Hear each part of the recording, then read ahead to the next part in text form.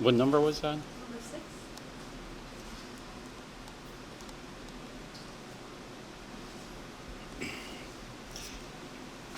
Here, you would have to know about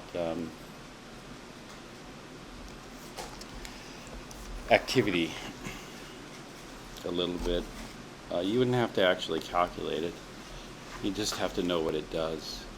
And so this one, we just plug it into the equation. Actually, take this.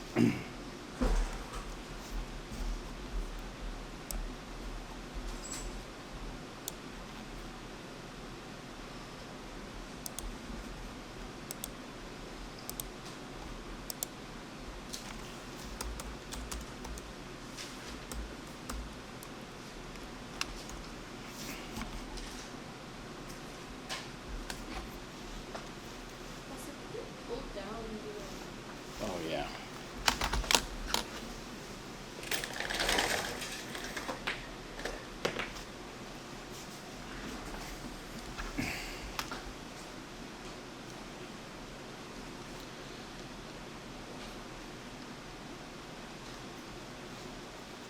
So we just take the negative log of 16 molar. What does that come out to? Well, actually, I think I know what it comes out to. It comes out to negative 1.20.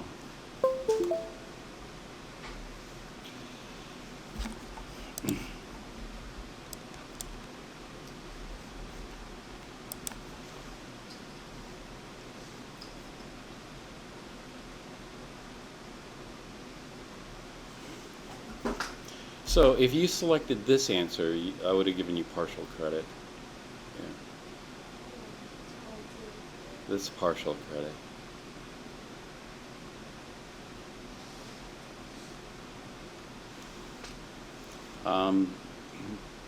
But, you know, if you have a, so this is a stoichiometric concentration. If you have a stoichiometric concentration of 16 molar, what would the effective concentration be? Less. So if it's less than this, then the pH is going to be greater. This is the correct answer.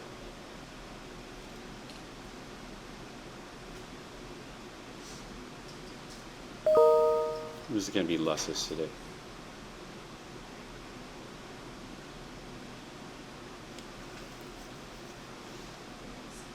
Okay, any other questions?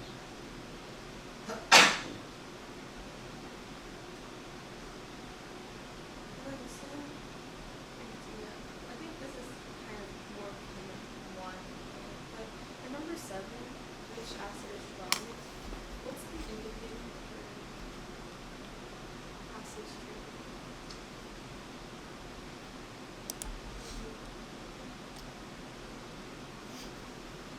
Which acid is strongest? This is just has to do with the inductive effect. Explain.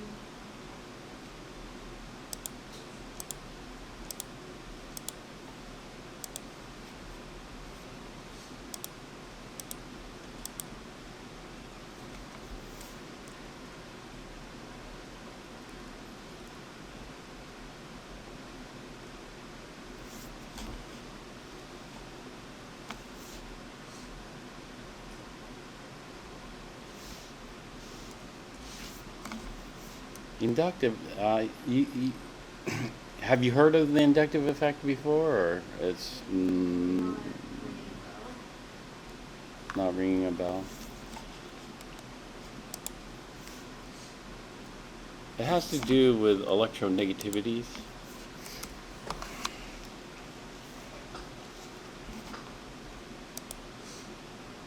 And so we have to look at the structure. These are all, this is acetic acid, this is chloroacetic acid, dichloroacetic acid, trichloroacetic acid. So we'll just pick the two extreme, acetic acid and trichloroacetic acid.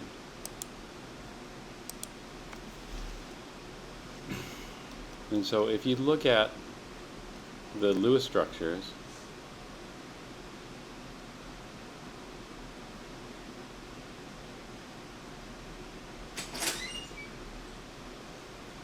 Do you know how to do oxidation state based on Lewis structure? Okay. So what is the oxidation state of this carbon here? Close.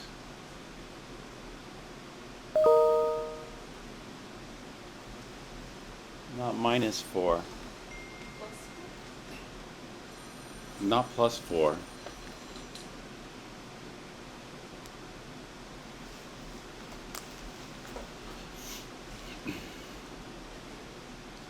Do you have a technique for doing it, or is it just kind of memorized? What is the technique that you use to do?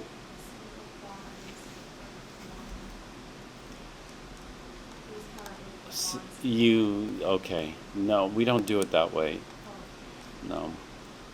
What you do is you look at which one's more electronegative, carbon or hydrogen. This is oxidation state. Oxidation state is what we say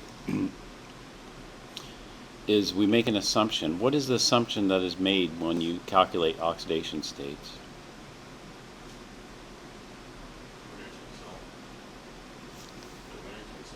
Winner takes all. And we call that ionic bonding. 100% ionic bonding. Winner takes all. And so we make an assumption. When we do oxidation states, we assume 100% ionic bonds.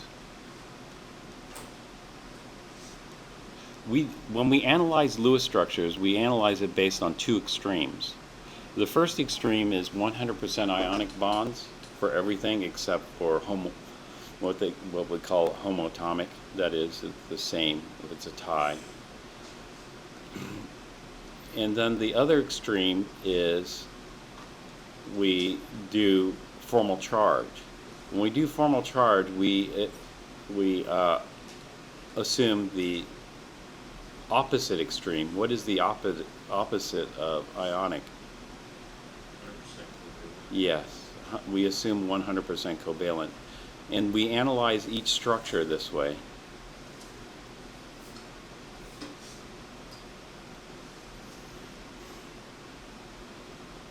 What was there? There's a recent complaint from organic professors that the students don't know how to do oxidation states based on structure. And so keep that in mind. You use this a lot more in organic chemistry than you use it in general chem.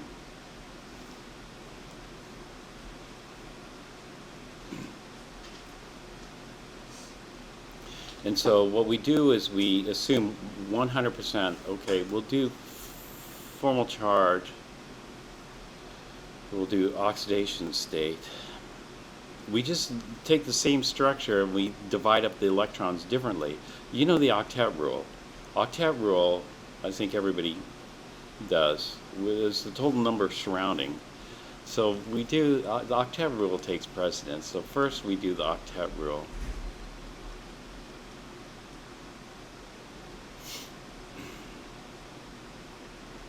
When we do the octet rule, we count all these electrons. So that's an octet.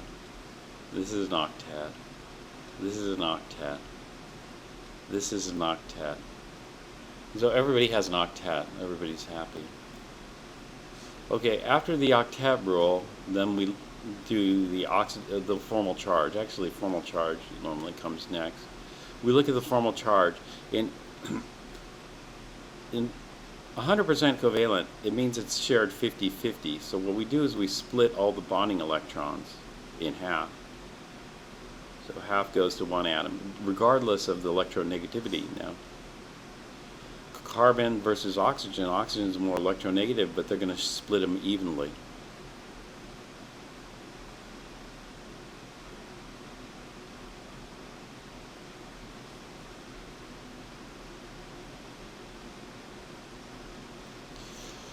Like this.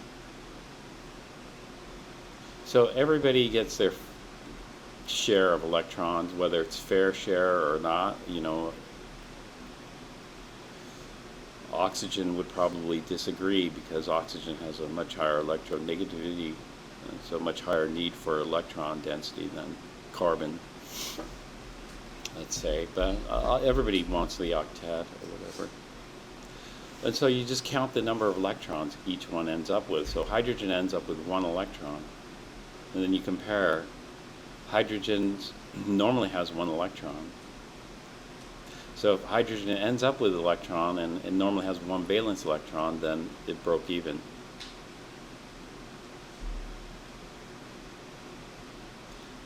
Formal charge is a circle. What's conventional in organic chemistry? We usually circle these. Carbon ends up with 4 electrons. Its normal valence is 4 electrons, so that ends up at 0. Normally we don't show 0 formal charge. If it's 0, you just leave it blank. If it's non-zero, then we show it, but this is just to emphasize. All the formal charges here are 0. There are no non-zero formal charges. That's always good. Look at that. Formal charge is good for determining if it's a good Lewis structure or if it's acid properties and base properties. We usually do formal charge. This is good for assessing acid acidity and basicity.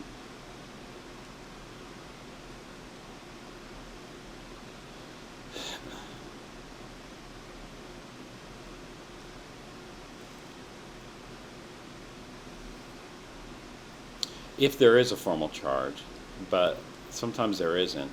And so here all the hydrogens look equivalent, don't they? Is all the hydrogens have the same formal charge, but all the hydrogens are not equivalent. 3 are equivalent here.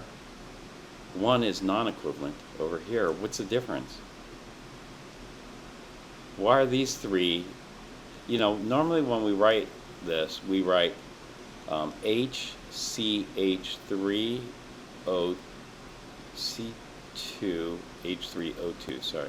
HC2H3O2. Or we write this as CH3COOH, acetic acid. Colin, you had the answer to that? Yeah. The hydrogen on the right is more acidic because the oxygen is pulling the electron density closer away from it. Yeah. That's an inductive effect. So when we do oxidation state, we count the electrons differently. When we do oxidation state, winner takes all. So hydrogen versus carbon, which one's more electronegative? Carbon. Hydrogen's a 2.1, carbon's a 2.5. Carbon versus carbon, it's a tie. 2.5 versus 2.5. So now how many electrons does carbon end up with? Count them. 7. How many does it normally have? 4. So it's a -3. Oxidation state, I put in parentheses to differentiate them from formal charge, because we can't compare it. The formal charge on carbon is 0, but its oxidation state is -3. What is the reality? Which one is correct? Well, actually, neither is correct. The reality is somewhere in between these two. That's the correct answer. It's somewhere between 0 and -3. But the thing is we can't compare that. You know, we could do this quantum mechanically. We could figure out what the charge is on carbon by using a quantum mechanics program like Spartan or Gaussian 88. I don't know if they're still selling that program, but we could use a quantum mechanics program to calculate the charge, but we don't have the quantum mechanics program. So what we do is we get the extremes. The charge is between 0 and -3. Here. That's where the charge is. But the thing is, we compare. We can compare formal charges with other formal charges, and we can compare oxidation states with other oxidation states, and then we can get an idea of how it's going to behave. We would call this carbon electron rich or electron poor? Electron rich. So methyl groups are what we term as electron rich groups. And so, for example, if you have a methyl group attached to something, it's kind of rich in negative charge density, electron density, and that's important, versus other substituents. Other substituents are quite electron poor. And so let's just look at the methyl group here, and then we're going to compare it to this.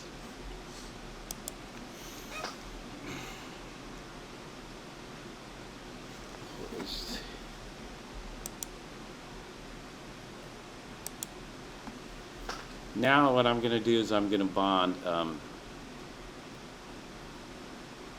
3 chlorines. One thing the organic chemists don't do is they don't write the lone pairs here. But once you get to organic chemistry, then you would already know there are 3 lone pairs on each chlorine, so it's really not necessary to write it if you already know it's supposed to be there and it's there. But I'm going to write it here. So if we look at the octet on this group here, it's got an octet. If we look at the formal charge, the formal charges are all 0.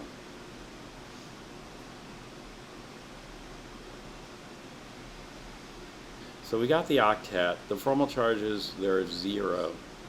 The chlorines formal charges, these are also 0 because chlorine normally has 7 and it ends up with 7 here. These are all 0. So this doesn't really tell us anything new. You know, it's just good that we have an octet, and we have octets around each chlorine. That's also good for Lewis structures. However, this is the trichloromethyl substituent, whereas the other one was a methyl. We call it methyl when it's a substituent rather than...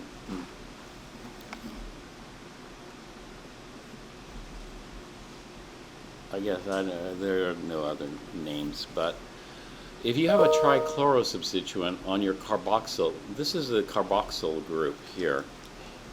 And so oftentimes we look at carboxylic acids as R, C, actually, let me do this.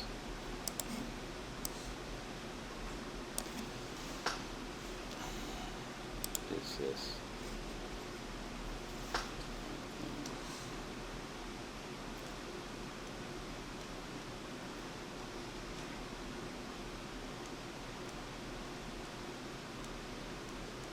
One of the things we look at is what type of substituent. R is what we call a substituent. What type of substituent do we have attached to our carboxylic acid? And that's going to change the properties of the carboxylic acid depending on what type of substituent we have here. And so we have different types of substituents. If you go back into chapter 16, there are substituents that are what we call aromatic. Aromatic substituents have alternating single double bond network. And in aromatic substituents, the pi bonding network is all in the same plane. So when you have alternating single and double bonds, what's going to happen is all the p orbitals are going to line up, and we're going to get complete delocalization of the pi bonding electrons over the entire structure. When we have that type of substituent on here, then the electrons can be delocalized into that pi bonding network here.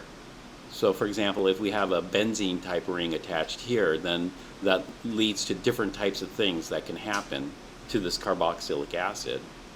And also alcohols too. So for example, phenol is very close to being an acid, like a carboxylic acid, even though it's an alcohol. Most alcohols are pretty much non-acidic because their pKa's are incredibly small. They can be acidic.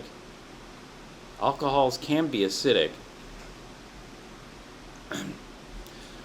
but it takes a powerful base to strip this proton off, because it's not as polar as this proton here. This proton is much more polar because of the carboxyl group. This is called a carboxyl group here. Carboxyl group has an electron withdrawing effect on there, whereas we don't have a carboxyl group here. And so this is called a hydroxyl group. So if you take a carboxyl group and add it to a hydroxyl group, we got the carboxyl group, and the carboxyl group behaves like an acid, whereas the hydroxyl group doesn't necessarily behave like an acid, except for phenol here. Phenol is very acidic. And then if you substitute the phenol, like if you put electron withdrawers in the meta or the ortho position, which is talked about in, or para position, sorry, meta, ortho, para, meta or the para position here, if you have an electron withdrawing group, like an electronegative group, then that changes the acid properties even more.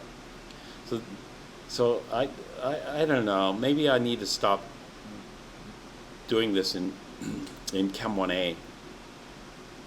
We're supposed to talk about this in Chem 1A, because it's all Lewis structure stuff. So we talk about it in conjunction with Lewis structures. But anyway, this delocalized pi bonding network in benzene can help make this, rather than an electron, what we call electron pusher, an electron withdrawer, and makes this much more acidic than what's expected. When we compare this with cyclohexanol, cyclohexanol does not have this conjugated pi bonding network here. Cyclohexanol is so weak, it's like water, you know. It's not really an acid. And so cyclohexanol versus phenol, there's a tremendous difference in acidity. And so what we do is we look at the substituents and we try to analyze the substituents. These substituents are called aliphatic substituents in organic chemistry. These aliphatics, what we do is we look at the oxidation states like this. You know, and you look at this is -3 here on that carbon. But when we compare it, what's the oxidation state on this carbon? Here. So again, it's winner take all. So chlorine versus carbon, who wins? Chlorine. The carbon's going to lose all those. And then carbon versus carbon, it's a tie. So what is the oxidation state on carbon here? +3. Would you call that electron poor or electron rich? You call it electron poor. So what we have is we have two different methyl type. We have methyl and we have trichloromethyl, but their behavior is tremendously different because one is electron rich, the other is electron poor. Now, if you have an electron poor, what we have is something called the inductive effect. The reason why that a carboxylic acid is much more acidic can be explained in two ways. One way we explain it is based on oxidation state. And so if you have a normal, we call this a primary alcohol. Let's go with a normal primary alcohol. A normal primary alcohol is going to have two hydrogens here, actually. This and a carbon. Or actually, what is it? Secondary. This might be a secondary alcohol. It doesn't matter. But whatever this is, if you look at this carbon here, you know, if this has a hydrogen, then it makes it even more negative. R can be carbon or hydrogen attached here. And if it's hydrogen, then that changes this. You know, so if we look at methanol, we'll just put it as a hydrogen here. So if we look at methanol,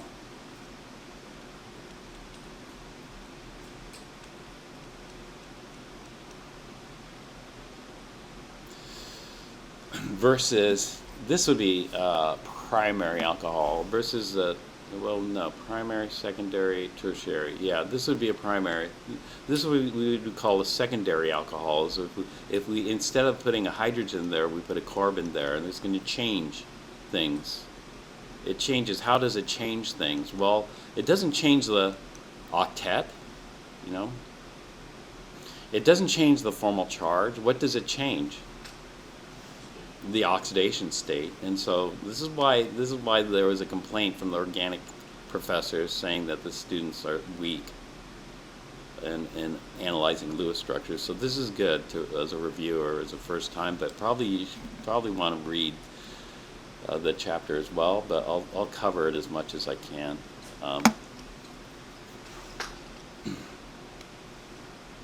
Here. So if we go to this is called the primary alcohol. Let's take a look at it's primary depending on how many carbons are bonded to this. So primary, there's no carbons bonded to it. Secondary, we have these one carbon. I mean, actually, no. Do I get it right? No, maybe I got it wrong. It doesn't matter. They'll go through all this in organic. But anyway, going back to this, let's look at the difference in the oxidation state. That's more important than what it's called. What is the difference in the oxidation? What's the oxidation state of this carbon here?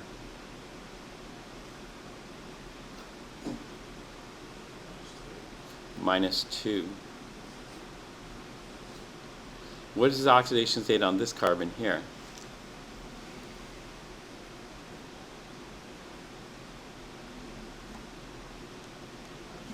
-1.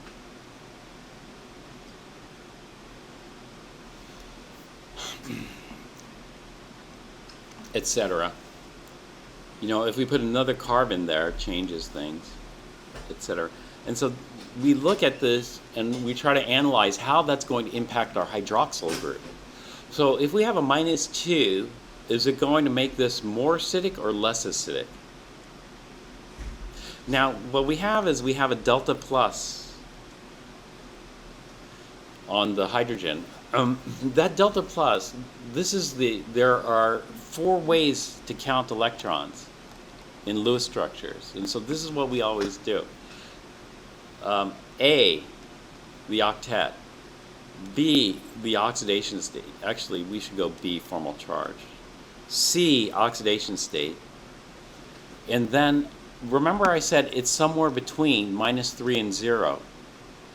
It's somewhere between -3 and 0. What we do is we just use delta. So, for example, if it's between -3 and 0, the 4th way we represent the charge on this carbon is we're going to say that's delta minus.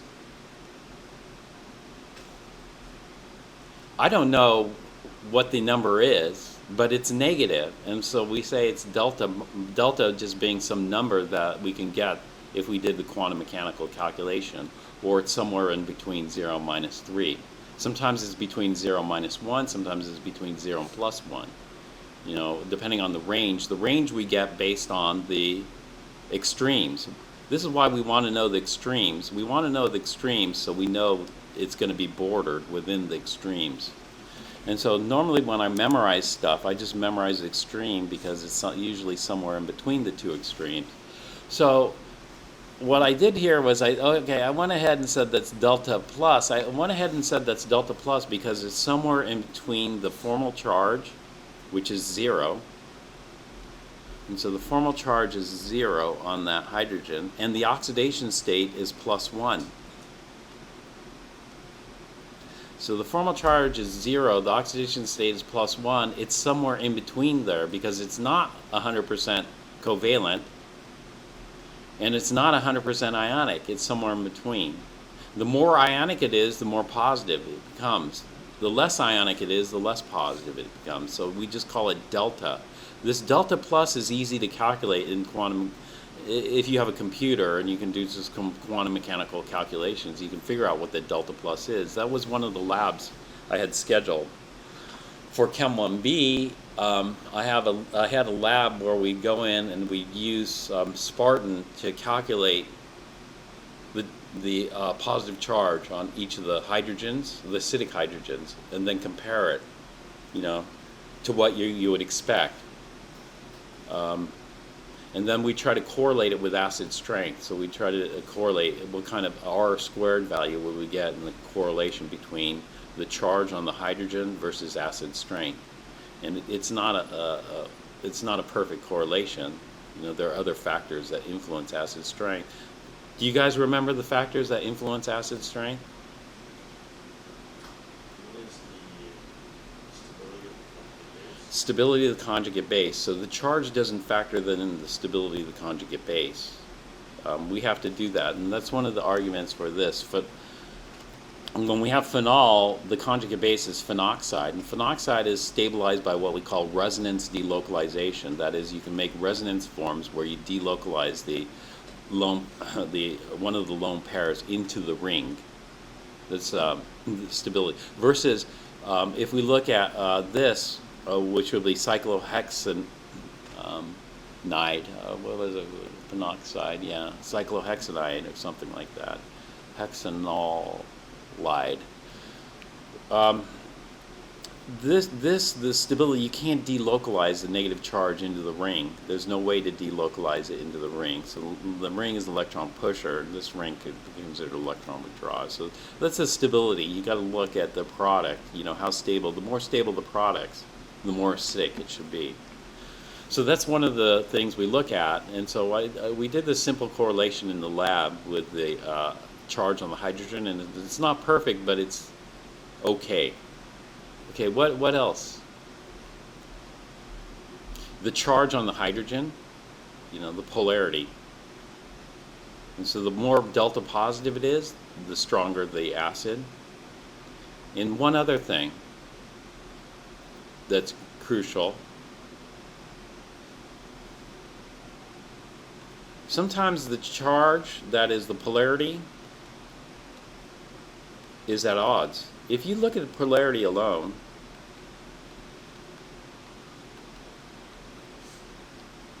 which of these three is the most polar? HI, HBr, HCl?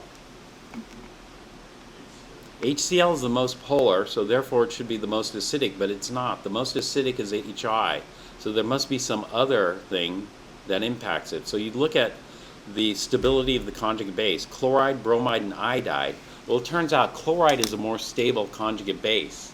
Chloride is a more stable conjugate base than iodide. Why?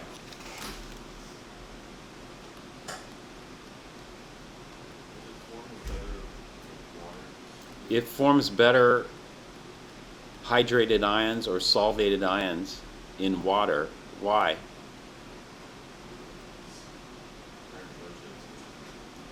The hydrated ions, it's because of the hydration sphere, yes? What about the hydration sphere?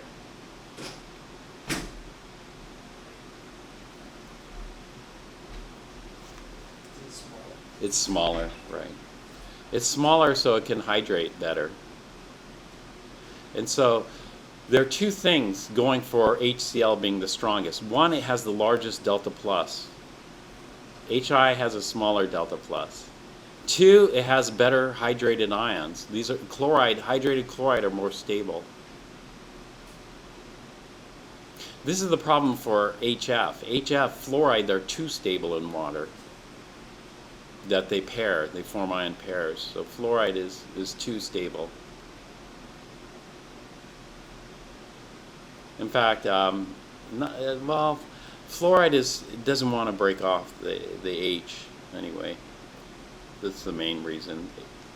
H and F don't completely detach. So fluoride has an additional complication, so we leave it out of this. This is a weak acid.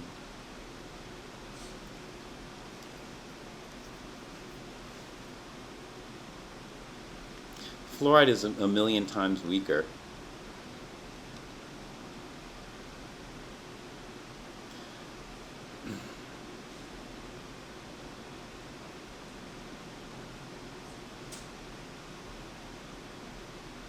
So what's the last factor that we consider?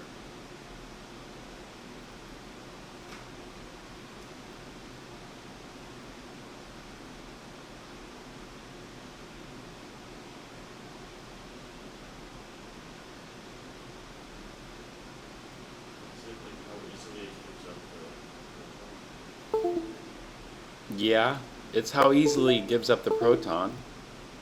And that's going to be related to what? Quantitative thing we can.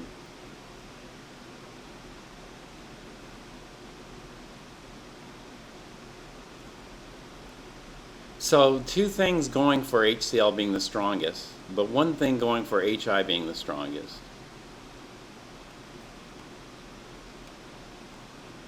And that's the bond energy. HI has the weakest bond. HI, when you look at the bond, it's an SSP3 sigma bond.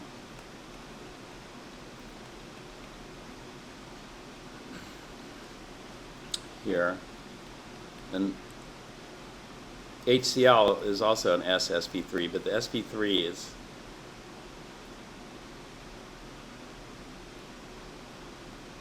much smaller. And so you're going to have better overlap here, a more concentrated density in the internuclear axis in HCl. If you look at this, that's called, what is that called? This is the other complaint, I think. Not complaint, but other comment. That the students should be stronger with, one of the comments that came up recently is the students need to be stronger with, when I analyze it like this, SSP3, SSP3, what type of analysis is this? In other words, this bond is being defined as the overlap of these atomic orbitals. That's called valence bond. And so they're saying that the students didn't know valence bond theory. The other way of looking at this is, what's the other theory for bonding? Actually, there's only one theory for bonding. What is the one theory for bonding? Molecular orbital theory, which is quantum mechanics. And so molecular orbital theory is what we call the full quantum mechanical treatment of the bond. Valence bond, molecular orbital, you need, computer, and you have to do calculations, which is a lot of work. And if we don't have a computer, and you need the software too, like Spartan or something like that. Spartan is what we used to have for quantum mechanics. Unfortunately, it was cut. Spartan was cut out of the budget. I was the only person using it, so for one class, it wasn't worth spending thousands of dollars.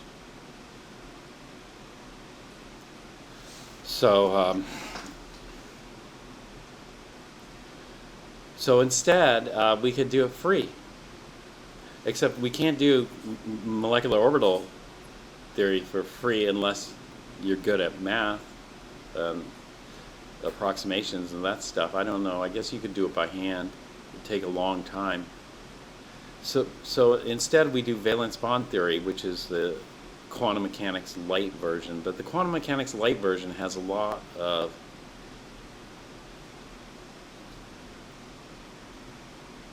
disadvantages. In the quantum mechanical light version, we cannot get energy level diagrams, which is a huge disadvantage. So we can't determine the energies and the transitions required for these types of things. In MO theory, we can get the molecular orbital energy level diagram, which is a huge advantage, especially in terms of spectroscopy, how light interacts with molecules, because how light interacts with molecules is extremely important. The different kinds of spectroscopy, including things like infrared, etc. So anyway, with valence bond, it's a lot easier. So the HCl is going to be a stronger bond. When we look at the electron density, it's concentrated here, versus electron density. This is still 2 electrons. The bond is really diffuse, spread out. And so obviously, this is going to be more concentrated charge, and therefore a stronger Coulombic attraction, and therefore a stronger bond. And so HCl would win, except it's too hard for water to pluck the proton off. Well, actually, it's not too hard. It's not hard at all. Water can do it. Now, if you had a weaker base than water, then it would struggle. Actually, water is plenty strong enough to break either of these here. And so this is what we call the gas phase. HI, HBr, HCl are equal in water. Water is plenty powerful enough to break this bond. However, if you're just trying to break the bond, it's going to be easier to break in HI, and therefore we rank HI higher. So those are gas phase, what we call gas phase, not aqueous phase, because in aqueous phase, they're gone. All the protons are gone. Does that make sense? But even in aqueous phase, water, even though water has no problem plugging the proton off either of these, it's easier to pluck the proton off HI than it is HCl. So even in the aqueous phase, we'd say HI is a stronger acid, but both are going to be completely reactive with water.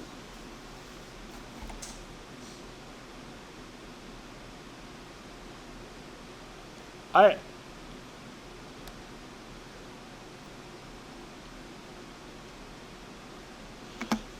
um, well, anyway, getting back to this, oxygen's quite electronegative, right? And so oxygen wants the electron density here. And so what we say is this bond is polar.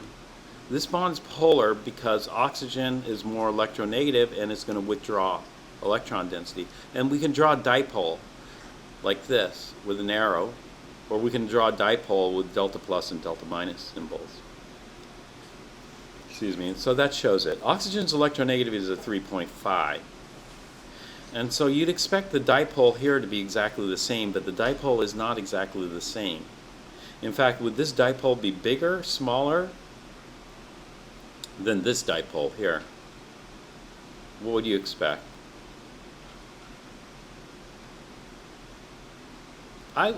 Maybe there's not much of a change, you know, -2 versus -1. There's not much of a change, is there? But in terms of this oxygen, oxygen wants electron density from both the carbon and the hydrogen.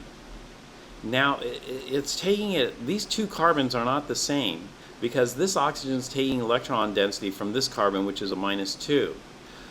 Over here, this oxygen is taking electron density from this carbon, which is -1. And so which one's more rich? Well, this one's more rich. This one's less rich, so this one's going to be harder to take electron density away from. And therefore, this one is going to be slightly greater. Yeah. That's one way of thinking about this. However, this is complicated because it depends on what this carbon is attached to. And so we continue. This is the, what do we call this? This is the main carbon, and then we have the alpha carbon, and then we have the beta carbon, etc. And so we look at these carbons here. Now, if the alpha carbon 2, 4, 5, 6 is -2, and then we look at other carbons here, that can change things. And so the longer the chain of carbons, the more rich it is because we're just adding more electron-rich carbons. And so that all impacts this, and it impacts it in a complicated way because we have to look at the primary carbon here is the most important, right? But then we have to look at the other in other words, we have to look at what else is bonded to this. So then we have to sum it all up. And so usually the longer the chain of carbons, the better. Even though this is a -1 and that's a -2, you think this is better, but then we have all these +1 hydrogens attached to this.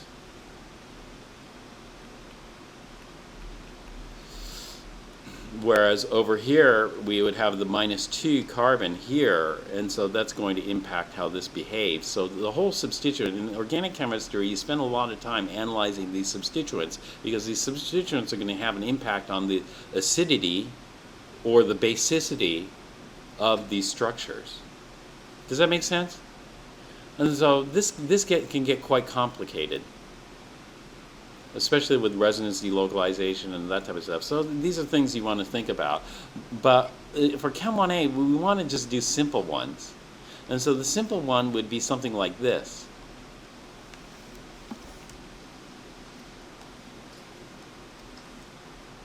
Oh, this is going to be acidic because of this. Actually, these aren't very acidic here. But this is going to be quite a bit more acidic because take a look at the carbon here that's attached. Oh, no. Take a look at the carbon up here that's attached to the hydroxyl group. What is the oxidation state of this carbon here?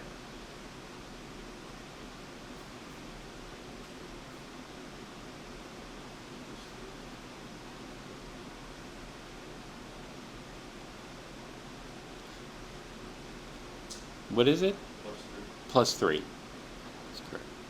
So this carbon here is +3 in a carboxylic acid, whereas in alcohol, the carbon's oxidation state varies, but it's fairly rich. Right? It goes from -2 to 0.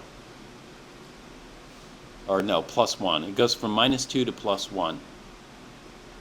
You know, if we had 3 carbons here, it'd be +1. If we have 3 hydrogens here, it's -2. And all those are fairly rich. And so when oxygen is pulling the electron cloud density, it's going to look like this, but now it's going to be in a tug-of-war with a +3 carbon.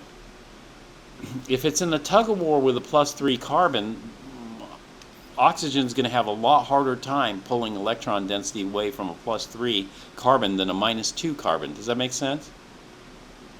And so in other words, that's going to make this is called the inductive effect. We're going to have electron withdrawal this way, and then electron withdrawal towards the carbon, because the carbon is quite poor. And what's causing it to be poor is this oxygen here primarily. And so we're going to have electron withdrawal here. And so this green chain of arrows is called the inductive effect.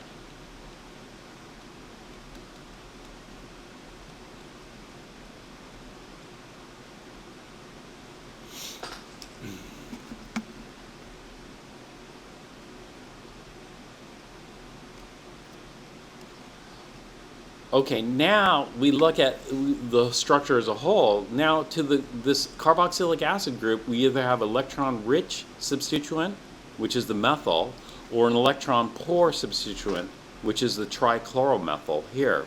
This is going to have a major impact on things. Now, rather than having a -3 carbon attached to my carboxyl group, I have a +3 carbon.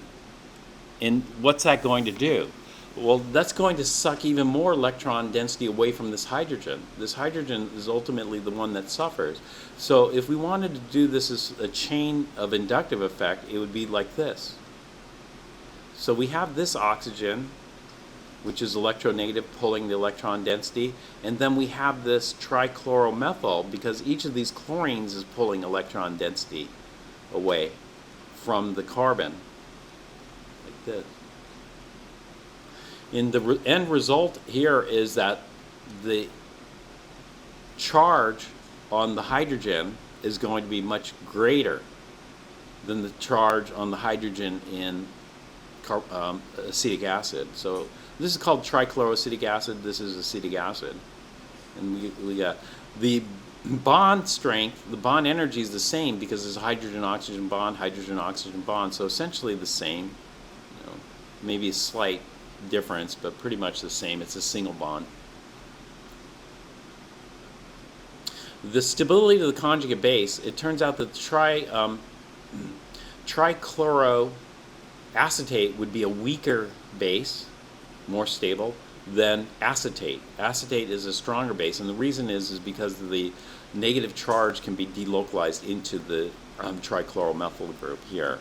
And so on 2 counts, trichloroacetic acid is stronger. 1, the stability of a conjugate base. 2, the polarity on the hydrogen.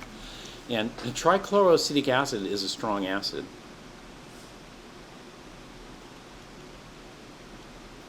This is one of the strong acids you don't have to memorize. Acetic acid is a weak acid. Trichloroacetic acid is comparable to hydrochloric, I think. They use trichloroacetic acid. This is used like in wart removers and that kind of stuff in medicine. But this is one of the strong acids you don't have to memorize.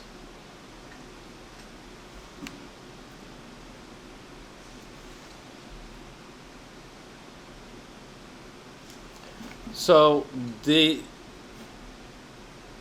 going back to the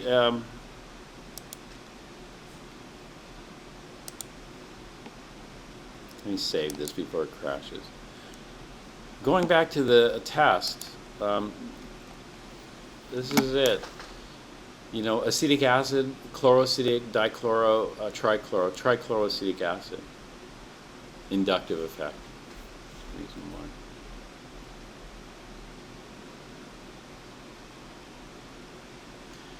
Since we're on this topic, I might as well talk about the base. What makes an acid strong? More positive charge. The more proton like the hydrogen, the better. Positive charge. What makes a good base? Negative charge. The more negative charge, the better. The more concentrated the negative charge, the better.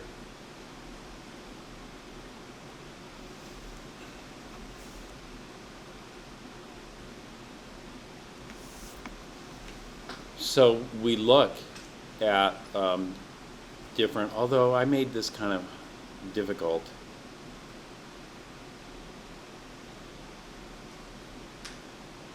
Yeah, I made this one a little bit difficult. Not really. Too bad. Did you try number 8? I did. I also. Yeah. Number 8.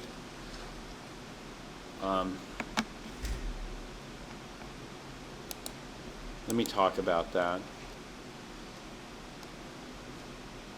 So acids, we want more positive charge. That's good, but there are 2 other factors that influences acid behavior. So it's not just the positive charge. That's what the lab was about. The lab was about, can we correlate the acid strength based solely on the delta plus on hydrogen? No, we can't. And then the lab was part analysis of that. And that would have been a good lab to do this semester.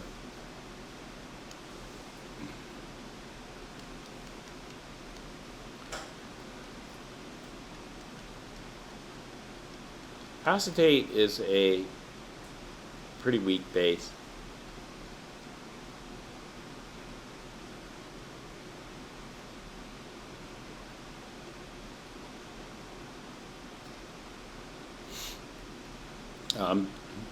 Because we have resonance delocalization. This is called resonance delocalization of the negative charge.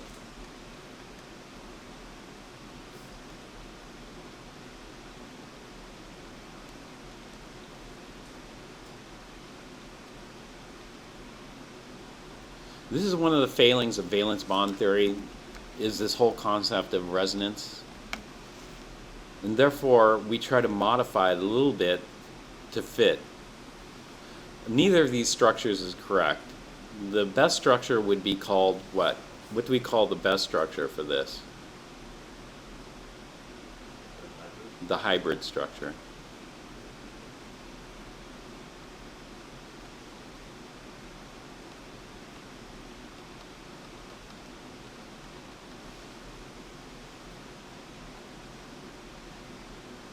Oftentimes, that's all you'll see where they do this. In organic books, you'll see it written like this.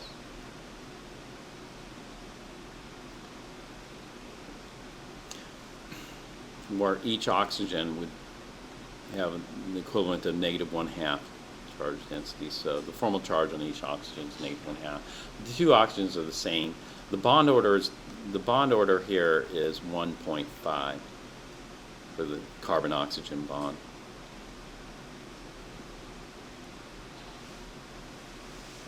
And so we see good delocalization of the negative charge, making this a weaker base.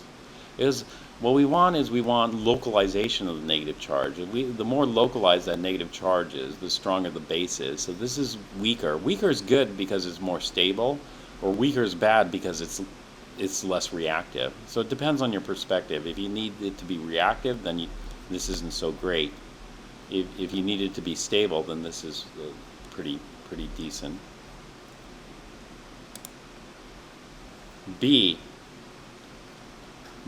is called phenoxide. You don't need to know the name for that. But B, we have a C6H5.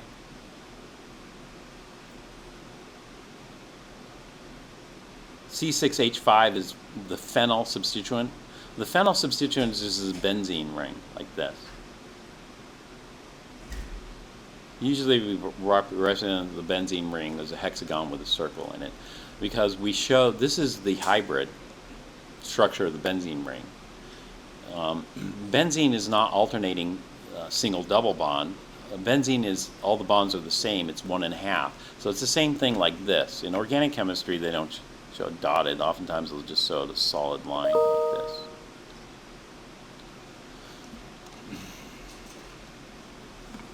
And so this is a hybrid structure for the benzene ring. But in order to analyze this a little bit better, we should take a look at the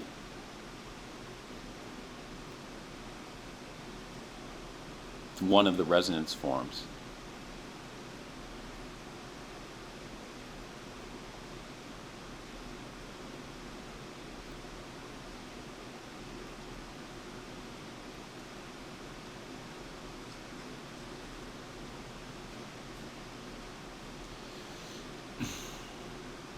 So what we can do is we can delocalize this. So right now, what's the hybridization on this oxygen?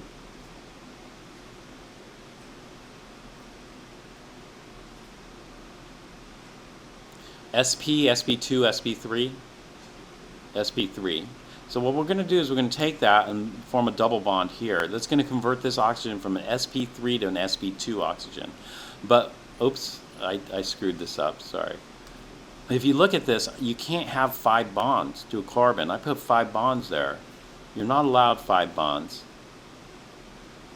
It's too energetically unfavorable. So it should be like this. That's going to make 5 bonds to this carbon. We can't have 5 bonds with carbon. So what's got to happen? We got to kick these. We're going to kick the pi electrons out and create this. This is non-equivalent resonance form, you know, because the energetics are going to be different. Normally when we do resonance forms, they're equal in energy. If you look at these two resonance forms, there's no difference in the energy here. If you look at these two resonance forms, there is going to be a difference in energy. So now we're going to have an sp2 oxygen here. But now we got this lone pair here on this carbon. The octet rule cannot be violated for carbon, and so we got to maintain the octet by kicking those other ones out.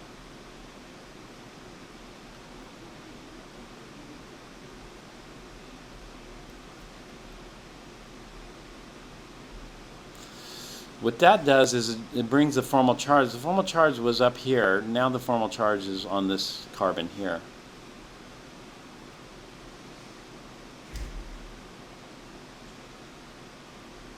So we converted this carbon used to be what?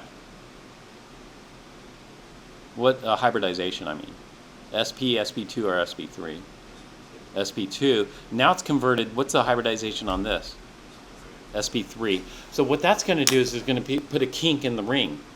This ring used to be flat and planar. All the pi bonds are in the same plane, above and below. All the p orbitals are lined up in the plane, perpendicular to this page. Now we have a kink here because now this is at what's the optimum bond angle for sp3? 109. And so this is now tetrahedral, you know, where it used to be trigonal planar. And so this ring is no longer going to be flat like a pancake. It's going to have a kink in it, but no big deal. And that all this type of stuff changes the energetics. But the interesting thing about this ring is this. We can drop this lone pair into the bond and create a double bond, but that's going to have to kick these out. And so we generate another resonance form for this. Now, I was talking about, let's see.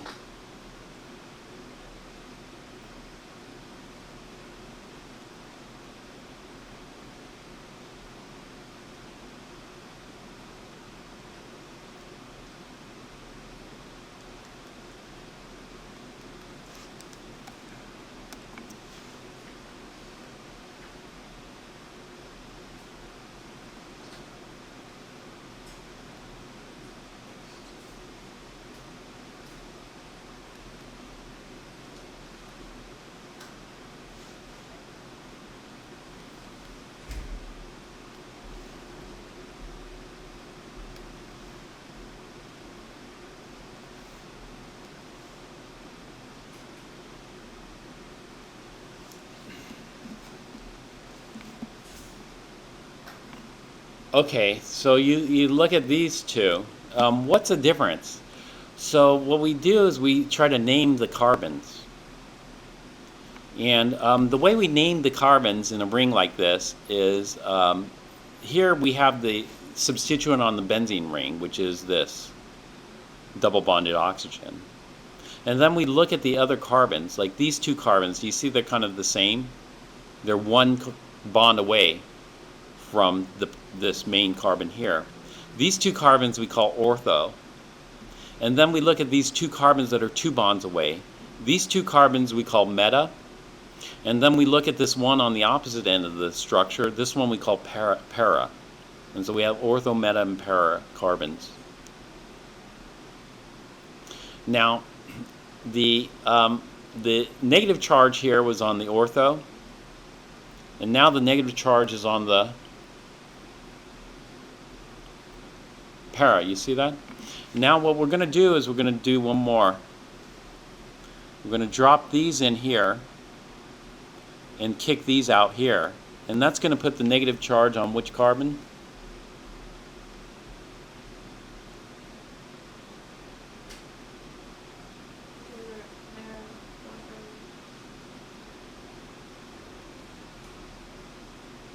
Well, the adjacent. We'll just call it the adjacent. You don't need to know these names, although they're discussed in chapter 16.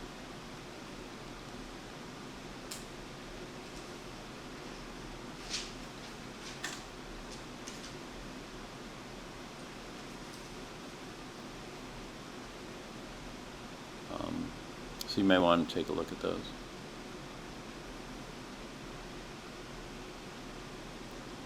If you are continuing in organic chemistry, you need to know this. There's no way around it. And so, better to start sooner. So what we have is we have what we call resonance delocalization of this. Versus, this is what I was talking about earlier. Phenol is a much more powerful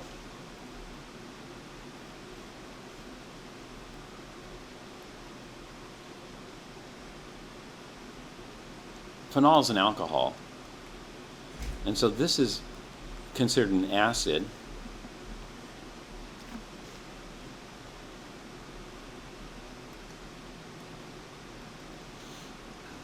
Whereas cyclohexanol is not considered. Cyclohexanol is just considered an alcohol, not acidic. And that's because the conjugate base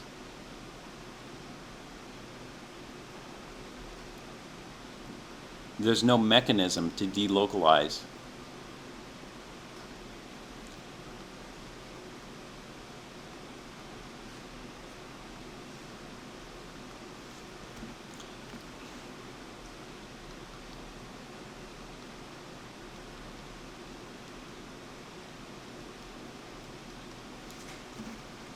The charge. So if I tried to drop an electron pair from here into here, who gets kicked out?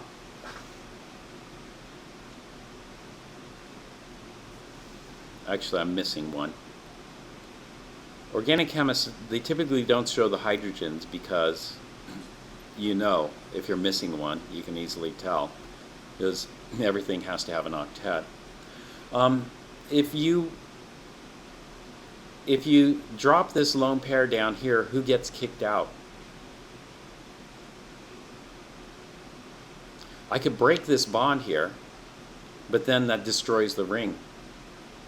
I could kick off this hydrogen, but that wouldn't be very stable. You see, we can't delocalize it. And so we call this localized, and we call this delocalized.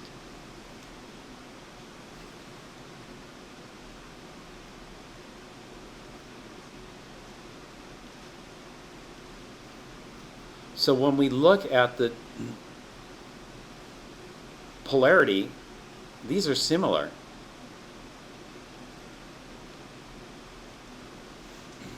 It's just that this benzene ring, because, I mean, it's all carbon, and the oxidation state's slightly different, but not that different, just by 1 unit. It's because of this resonance delocalization. Now we can have resonance and inductive delocalization too. The way we can have resonance and inductive delocalization depends on what substituent is attached to the ortho and para position here. So let's say instead of this hydrogen, let's say I had a methyl group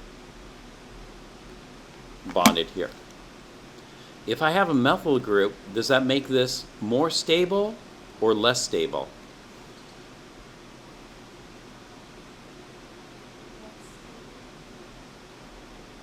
It actually makes it less stable, because a methyl group is electron rich or electron poor. It's a rich, and so you have negative and negative. Does negative like negative? No. However, if I change this substituent to a trichloromethyl, does that make it more stable or less stable?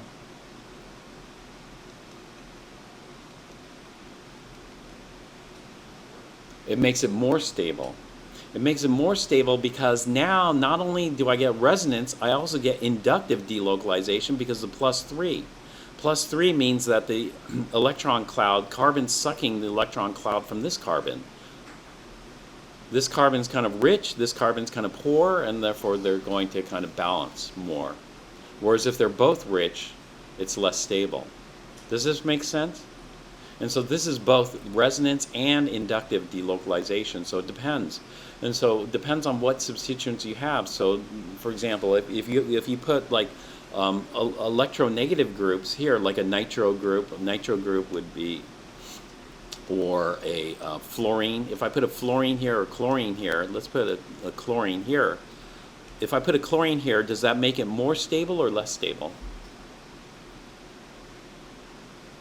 It makes it more stable because we have the inductive effect, chlorine's electron withdrawal. And if I put a chlorine here, it's going to help because eventually that electron is going to go there. Or the lone pair of electrons is going to go there, and that's going to help it, right? And so when we put, when I do this, okay, this phenol is acidic, but is this more acidic or less acidic? This would be orthochlorophenol. Orthochlorophenol more acidic or less acidic? More acidic. However, if I put orthomethylphenol, say, more acidic or less acidic?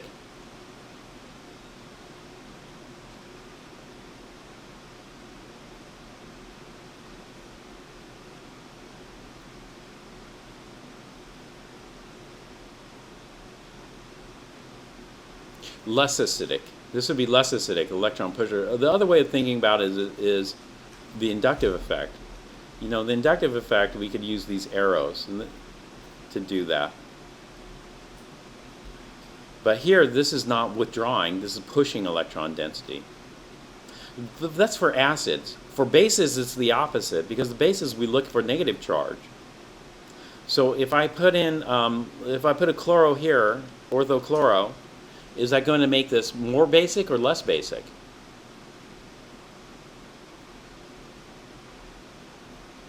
Less basic. And that has to do with the inductive effect as well. The inductive effect means this is going to be less basic because base we want concentrated negative charge. We're going to have less of it.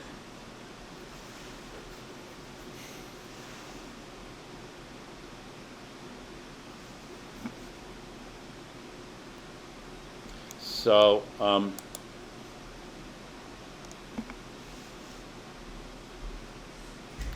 we go to C, methoxide.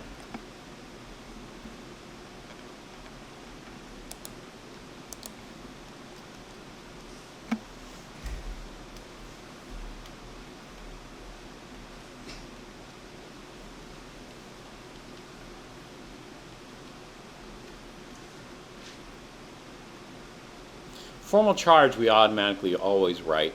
Oxidation states we don't write.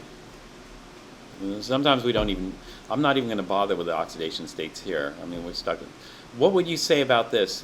Is there a way to delocalize the negative charge into the structure? No. This is what we say is localized. So this would be a strong base. You had to memorize the strong bases, right? Like hydroxide. How do you think methoxide compares to hydroxide? Would you think methoxide's a lot weaker than hydroxide, or comparable in strength, or maybe even a little stronger? What do you think? Than hydroxide? Yeah. Maybe a little stronger because,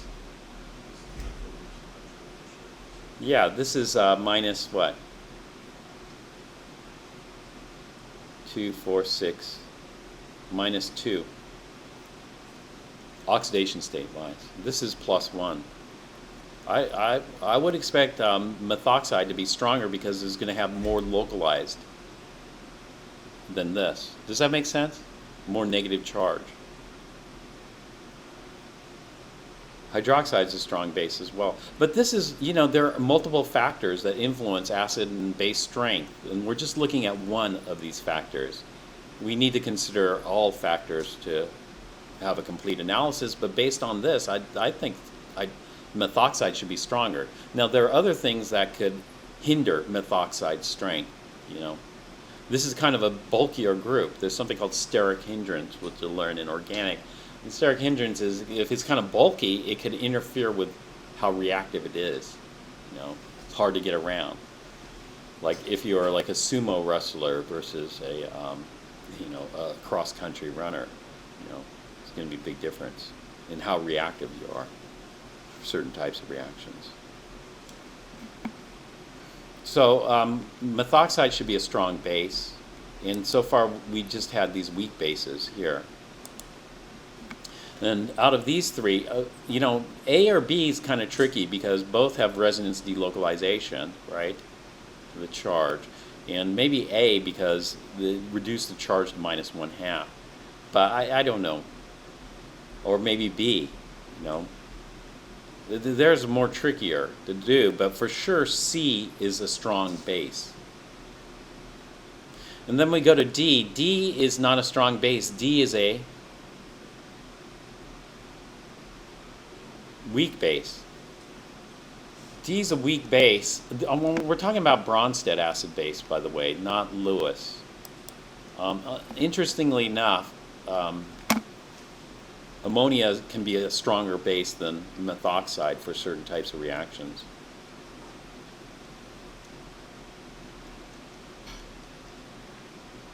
Here we have localized, but it's localized partial negative charge. The formal charge is 0. The oxidation state is -3. Oh, I saw an interesting article. Did I tell you about? I probably told you about this. You know, so I guess Toyota made an announcement about 0 carbon. And so one thing is gasoline consists of mostly electron-rich hydrocarbons. And when you burn those, you're going to make CO2. But there are other electron-rich. You know, there are things that metabolize ammonia. So, for example, ammonia can be a fuel too. It's electron-rich. It's -3. It's not as good as methane. Methane's -4. But and then it's easy to liquefy ammonia. And so what they're looking at is they're looking at using liquid ammonia as a fuel. I never thought this would be practical because there are drawbacks. When you burn ammonia, what do you form? NOx. If you form NOx, that's smog. But, you know, they call this carbon neutral. They call it carbon neutral because you're not going to be making any CO2. So I thought, that's a kind of a sleazy way of getting around, you know, carbon neutrality, but it works. It is carbon neutral. These NOx are greenhouse gases, though, too. These are greenhouse, of course. But the thing about NOx is you have a catalytic converter. In a catalytic converter, it converts NOx into N2. But it depends how efficient is your catalytic converter. Mercedes and VW used to have diesels. And in the diesel engines, the nitrogen and the oxygen and air can react at very high temperature to form NOx. And this is the problem with diesels. This is a high temperature, high pressure reaction. And so diesels make lots of smog. And so sometimes if you go to like the port, it's really smoggy there because of the diesels and the diesels spitting out NOx. What they should do is they shouldn't make everybody convert to electric. This is my opinion. My opinion is they should, promote hybrid. They should have some kind of incentives for making hybrids more affordable. And then for the boats and the semi-trucks, try to get those to reduce NOx emissions, because those things, they don't have any kind of catalytic converters. They just spit out all this pollution, right? And so that's the greatest source. I think in the LA basin, that's the greatest source of smog is the boats and the diesels, trucks. And so they should focus on that and not make and then the old cars, of course, old cars like 1970s or whatever, those spit out a lot of pollution too. But Mercedes and VW, they had something, Mercedes called it blue tech, in which they formed the NOx, but they added, I think in blue tech they added some kind of amine or maybe ammonia. It's proprietary, so I don't know exactly what it was, but it's an amine or ammonia, and they mix it with exhaust. And what that does is the amine or ammonia reduces the NOx to nitrogen, and so this one spits out nitrogen. But this only works under optimum conditions.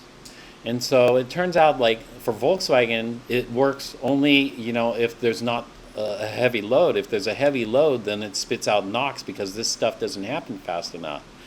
And so there's a whole big cheating thing with Volkswagen, in which they defeated the emissions by changing the map to make it produce less NOx, so that the blue tech, whatever they called it for Volkswagen, would work.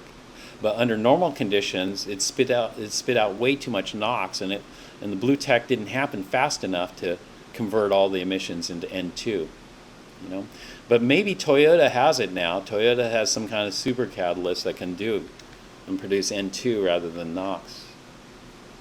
But some of these catalysts are very expensive. A lot of these catalysts have platinum, rhodium, really expensive. And with inflation, these metals have gone way up. And this is why catalytic converter thefts are so high. So chemists right now are looking for cheaper metals to use in catalytic converters. But the exact mechanism of this isn't so well understood. But anyway, getting back to this, ammonia, this is localized, but it doesn't have as much charge as methoxide. So we're looking at a delta minus versus a full minus charge. A full minus charge is better. And so this should be a stronger base. This should be a weaker base.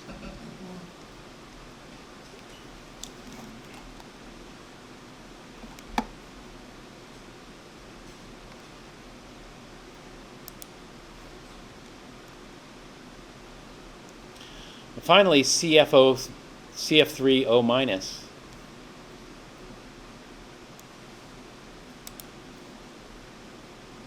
We'll just do CF3O minus over here, and then just compare it.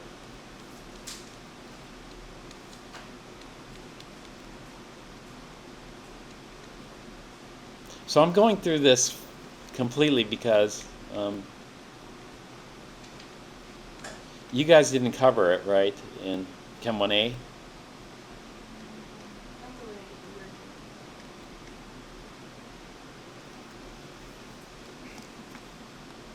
So which one is a stronger base?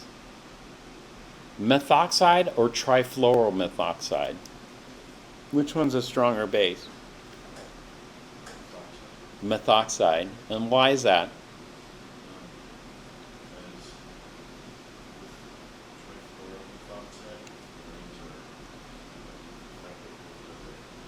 Yeah. There are many different ways you can explain this.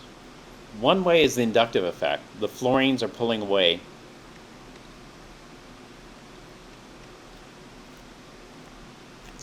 And so this would be inductive delocalization.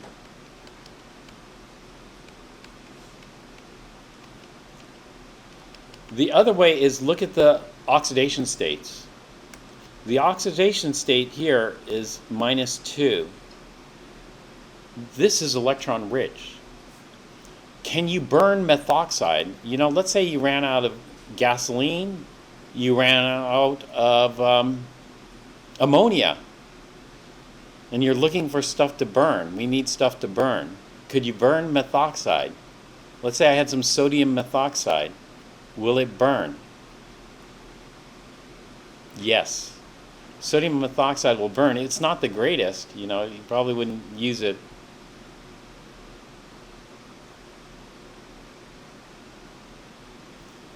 But methoxide should burn. Methanol, does methanol burn? Yeah, methanol burns. Because it's electron rich, but take a look at this. Trifluoro methoxide, is that going to be easy to burn? No. What's the oxidation state on carbon? +4. This stuff is not going to burn. The only thing you're going to take electrons from are oxygen or fluorine. And in this case, fluorine are too hard to take electrons, so it would be oxygen. That's the only thing you're going to burn. And is it easy to burn oxygen? No.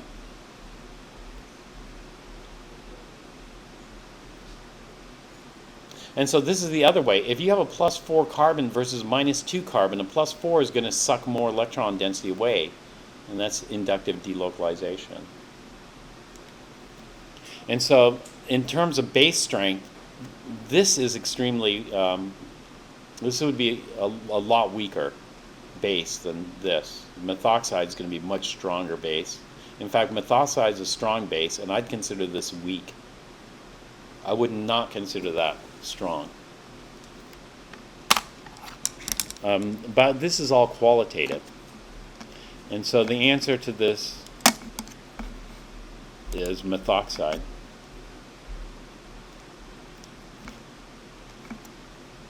Here. Number 9 is memorization. Or you're good at Lewis structures.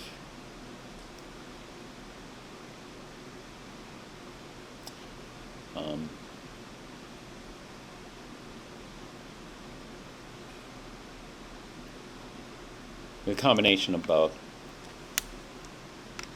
This is a homework problem. I don't know if I signed it. I think I probably assigned it. I don't know if you've gotten to it yet. I'm pretty sure I signed it as review for chapter 16.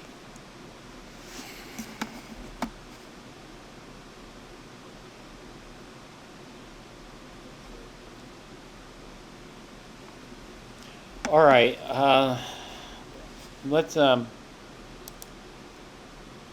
me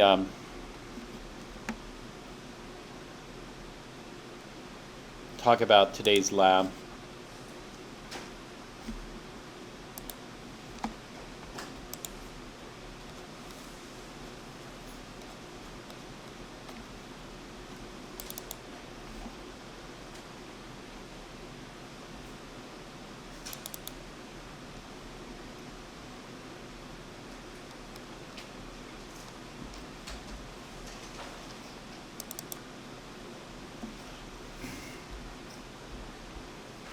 In the first part of the lab, we're going to be looking at these You guys have already done qualitative analysis, right?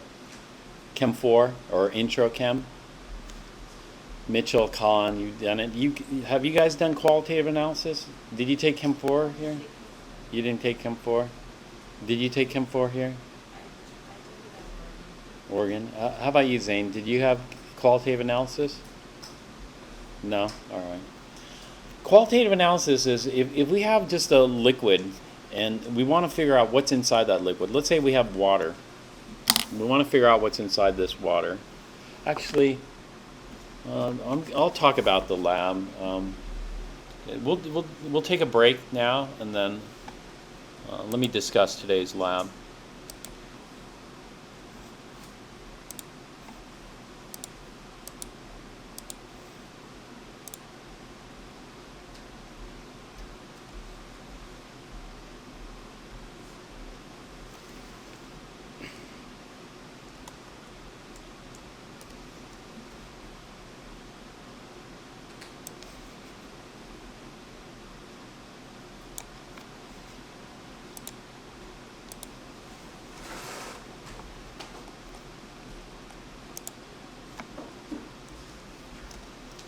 All right, what qualitative analysis is it's just trying to detect the presence of these species.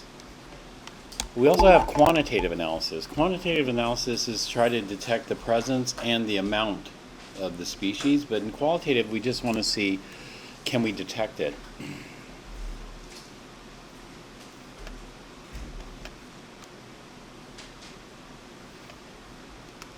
Now the situation is this.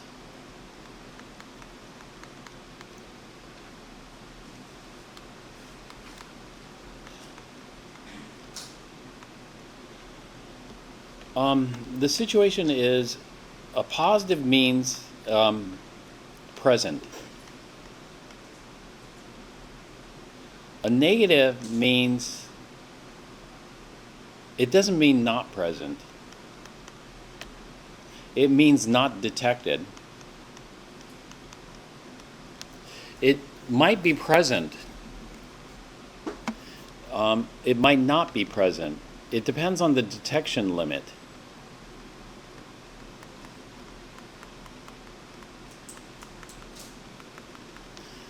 We have to have enough there to detect it.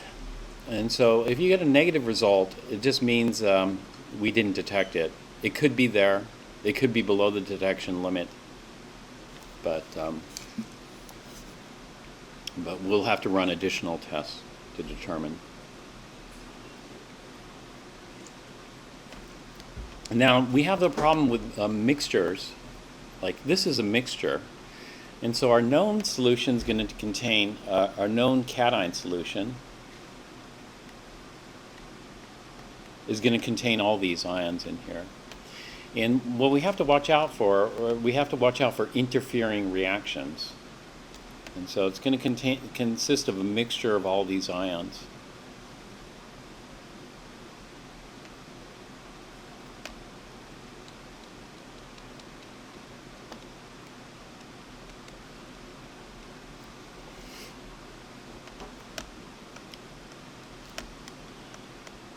And we have a problem of interfering reactions.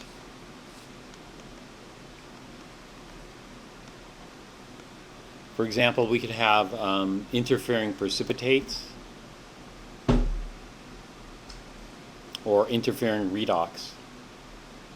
In other words, we have to figure out how to get around these interfering reactions. And the way to get around it is somebody devised this scheme here. This is a qualitative analysis scheme. And we have to do this in this sequence, otherwise it'll screw up things. And so what we try to do is we try to isolate, one or multiple cations at a time. So if we have this mixture here, we can do a preliminary observations test. The flame and ammonium and sodium, actually these, do later. we can do these tests at any time. And so skip one. The reason we're going to do this later is because in this box here are the platinum wires that we're going to use for flame tests. And cleaning the platinum wires is very time consuming, and we only want to do it once. So if we only had one flame test, we'd do it here, but we have two flame tests. And so we want to do both flame tests together. The two flame tests are, we have a flame test for calcium, which gives a red color, like a brick red color, and it's very fleeting. And then we have the flame test for sodium. The flame test for sodium is really intense. It gives a bright yellow color.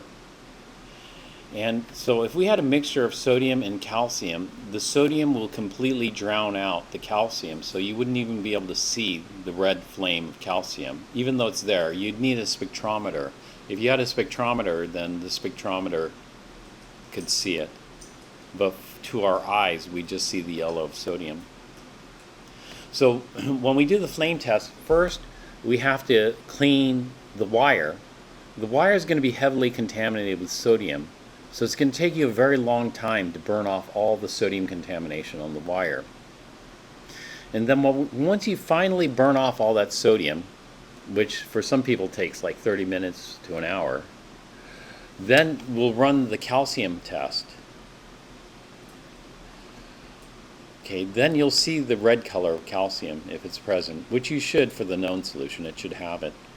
And then right after that, we saved a little bit of the original sample. The original sample will burn to see if it contains sodium, the yellow.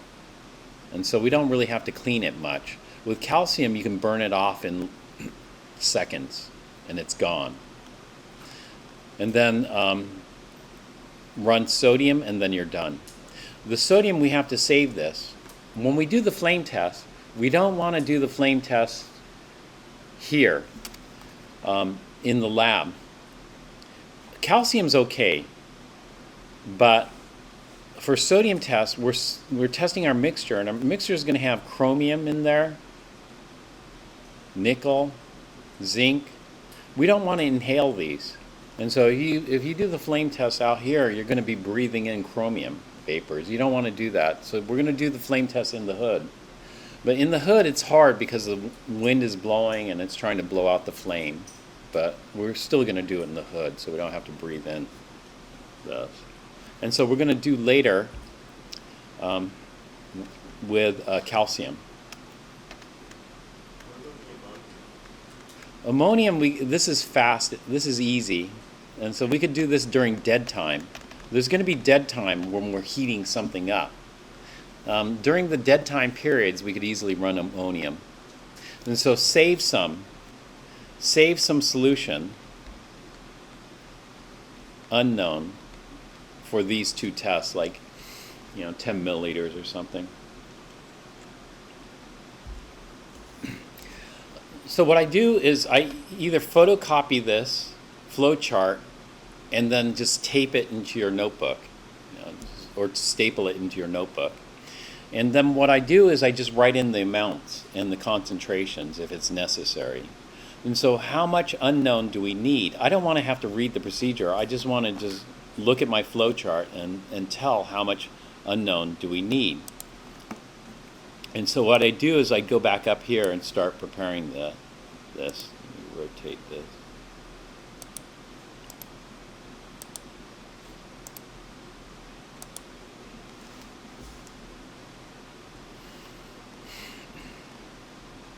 So I could read through this, down, down.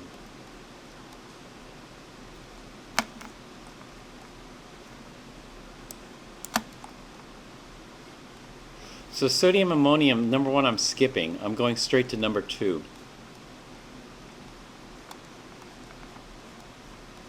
Down. All right, so they talk about the chemistry that's happening here. In fact, this is all the chemistry. we're going to incorporate that into our flow chart as well. We're going to write out all the reactions.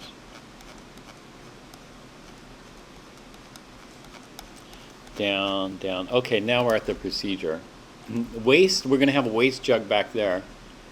Okay, avoid contact with a lot of these. And just the usual precautions. Okay, we're skipping 1 and going to 2. Separation and detection of silver. Place 10 drops of the original solution to be analyzed in a small test tube. Add 5 drops of distilled water and 2 drops of 6 molar HCl. Stir well. Centrifuge and reserve the decantate. For procedure 3, wash the precipitate with 10 drops of distilled water. Centrifuge and add washings to the decantate. Dissolve the precipitate in 4 drops of 6 molar ammonia. Then add 6 molar nitric acid to ammoniacal solution until it is acidic to litmus.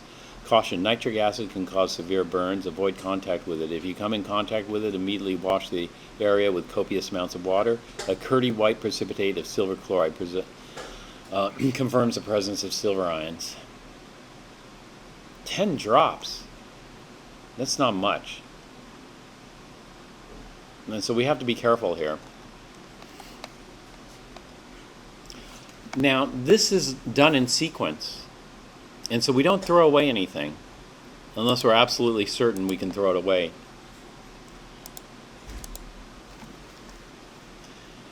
And so I would just annotate this. So I need 10 drops of this plus 6 molar HCl. Now, the amount of HCl I don't write here because what am I trying to do? I'm trying to get a precipitate. Now, they told me how many drops of 6 molar HCl to add, but I ignore it. The reason I ignore it is because I want to maximize the amount of precipitate I get here. And I don't want to add too much HCl. And so what I do is this. I'm going to add HCl. What I'm trying to do is I'm trying to precipitate out the silver ions with chloride ions. And HCl is going to provide the chloride to form silver chloride. And so this is going to turn into a cloudy white precipitate. And so I'm going to add enough HCl to maximize the silver chloride and then maybe add 1 more drop and stop.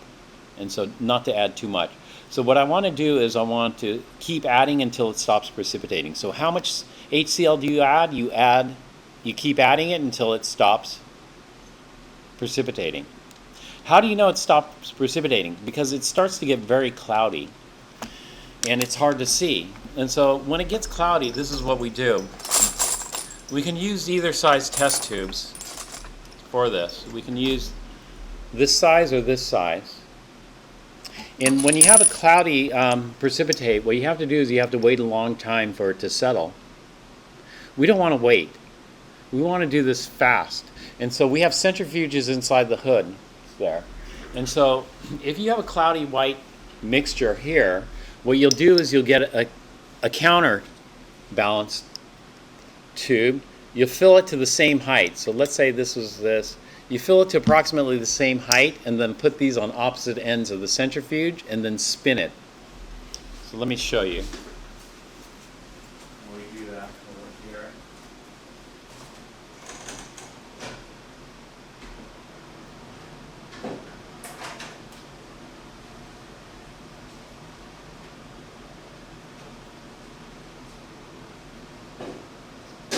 So you'll have to look at the centrifuge. Some of these centrifuges have inserts in there.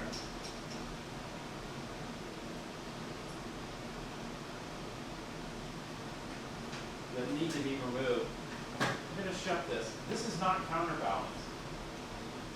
I'm just going to let this spin. When it's not counterbalanced, it starts to wobble like this. It makes an awful noise sometimes.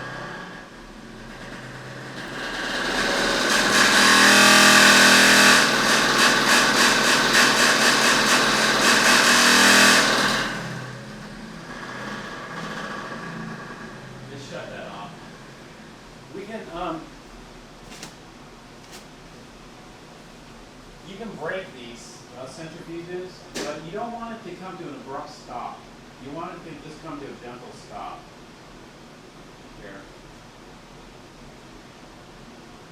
So let me get rid of this insert too here. It depends on how big the test tube is.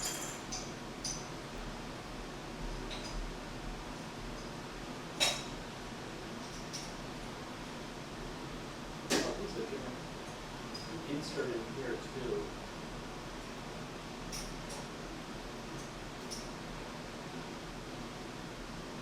They put this in there. This in there too.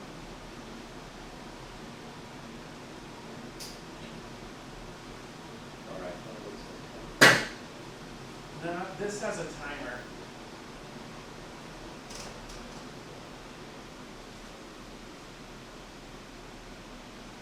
So what you do is you wait until it hits maximum RPM. You can tell when it hits maximum RPM by listening to it.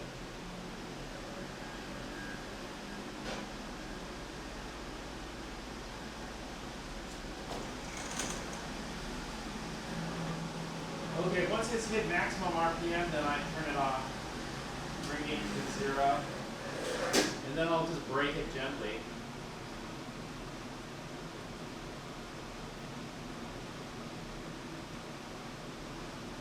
Not to an abrupt stop, but to a gentle stop, and then the precipitate should be knocked down to the bottom of the test tube. All right, then I'll add a drop of HCl and see if you get more precipitate. If you get more precipitate, just keep adding the HCl until it stops precipitating. You might have to repeat this a couple of times, but our goal here is to get all the precipitate out. So for example, if you don't add enough HCl, then the silver goes over here. If the silver goes over here, it screws everything up because you're going to have interfering reactions. And so a lot of people, they get all kinds of weird results over here because they didn't do a good, clean separation. We need to make sure we get a good, clean separation. The other thing is sometimes people add, okay, they want a clean separation, they're going to add so much HCl. They add so much HCl that they have to add tons of ammonia to neutralize it, and pretty soon they have to transfer this from a test tube into a beaker because they have way too much solution. Not only that, when you have that much solution, you're not going to get as much precipitate. And so, you know, we just try to just add enough. And so I don't even put the amount, I just get complete precipitation here. Once I get complete precipitation, then the precipitate will be packed at the bottom. And what I'm going to do is I'm going to decant this. I'm not going to filter it because filtering takes too much time. So in Chem 4, we filtered everything. But in Chem 1B, we're going to decant. What decant means is just pour the solution off. So we pour the solution off. This is the remaining cation solution. And we're going to further analyze that. But are we going to pour off all the solution? And what about the solution contaminating my precipitate? Well, there's still going to be solution contaminating your precipitate. So when we do a precipitation, we do a wash. We do a wash to wash off the precipitate and to wash off the remaining solution. So we have some residual solution there. We don't want to lose it. So the first wash gets combined with the supernatant, call that, the decantate. Then we wash it again because we don't want anything contaminating this because that's going to screw up this, interfering reactions. And so what we do is the second and the third wash we discard into waste. So the first wash gets combined with the decantate. Just wash it with a little bit of water. Combine it here. Not too much water because the more water we have, the more headache you're going to have later on. Second and third wash, to make sure that this precipitate's very clean, discard. Is that clear? Okay. And you can use any amount for the second and third wash as long as it's not dissolving your precipitate. If it starts dissolving your precipitate, then ease off. Okay, now we have clean white precipitate. This should have a solid box around it. I don't know why they didn't put a solid box.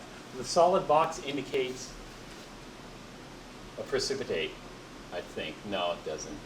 This is solid. So we get a white precipitate. Okay, now this should be pure, relatively pure silver chloride. Then we're going to add ammonia. Now they say to test it with litmus. We're not going to test it with litmus. What is the purpose of this step? The purpose of this step is to go from a solid white precipitate to the diamine silver ion. In other words, the purpose of this step is to dissolve the silver chloride. And I think we're using 6 molar ammonia for this. Or are we using concentrated? That's the only thing. We want the concentrations in here. So let me just take a look at the concentration. 6 molar ammonia.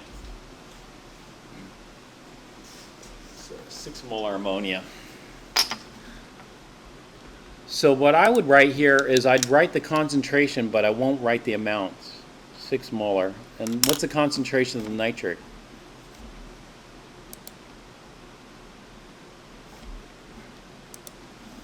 Concentration of the nitric is also 6 molar.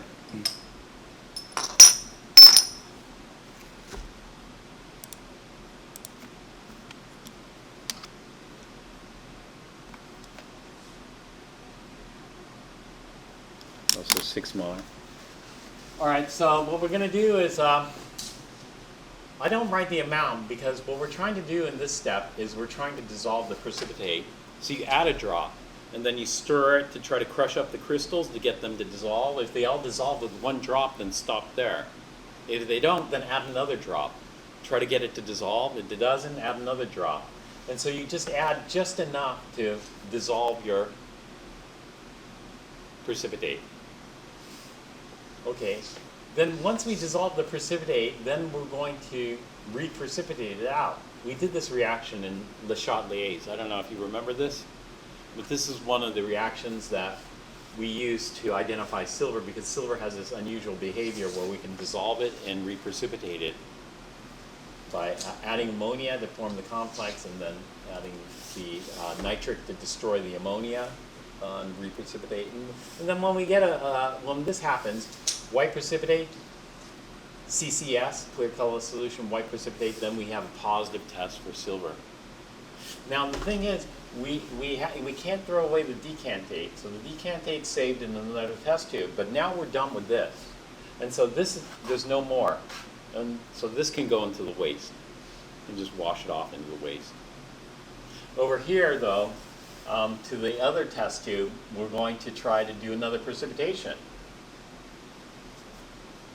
This precipitation is very interesting because of this.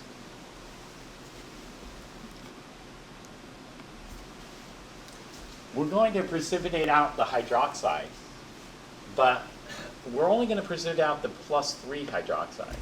So iron +3, chromium +3, aluminum +3. Whereas the +2 hydroxides, we need to remain in solution. And so the way we do this is we make a buffer solution to control the amount of hydroxide. So we don't want too much hydroxide in there. If we have too much hydroxide, then the +2 cations precipitate. And so this buffer, we have to mix it up in the right ratio. And so what is the right ratio for this buffer to get the right pH? Well, somebody already figured it out for us, so we're just going to use that here. And so the right ratio of this is we're going to add 2 drops of ammonium chloride solution and 6 molar ammonia until the solution is basic to litmus. Actually, we're going to test this with litmus. And so what's going to happen is ammonia is acidic. And so to be basic to litmus means red litmus turns blue. So initially when you test the solution, red litmus stays red. And so take a drop of the solution on a stir rod and put it on litmus. It stays red. And then we add ammonia until the pH gets to about 7, 8. You know, litmus turns around 8 or 9. So we're going to bring the pH to about 8 or 9 by adding ammonia. You don't want to add too much ammonia because then the pH goes too high. So we're making an ammonium-ammonia buffer around pH slightly basic. If you go to pH 10, then you're going to start precipitating everything out. Or 11, you'll precipitate everything out. And so this is one way we're going to control what we precipitate. We're just going to precipitate the +3 because the +3 are less soluble than the +2s by making this buffer. And then what we should do is we should get the precipitate. Now we're going to stop with the ammonia because if you keep adding ammonia, you're going to get more precipitate. And so unlike the previous precipitation where we want to max it out, we don't want to max this one out because we don't want the +2s to get over there. But we got to be careful, you know, because if some of the +3s slip over here, then it screws up our results over here. And so we got to just adjust it until the red litmus turns blue. Okay, is that clear? When red litmus turns blue, no problem with these precipitates. These should be very insoluble, because these are really insoluble.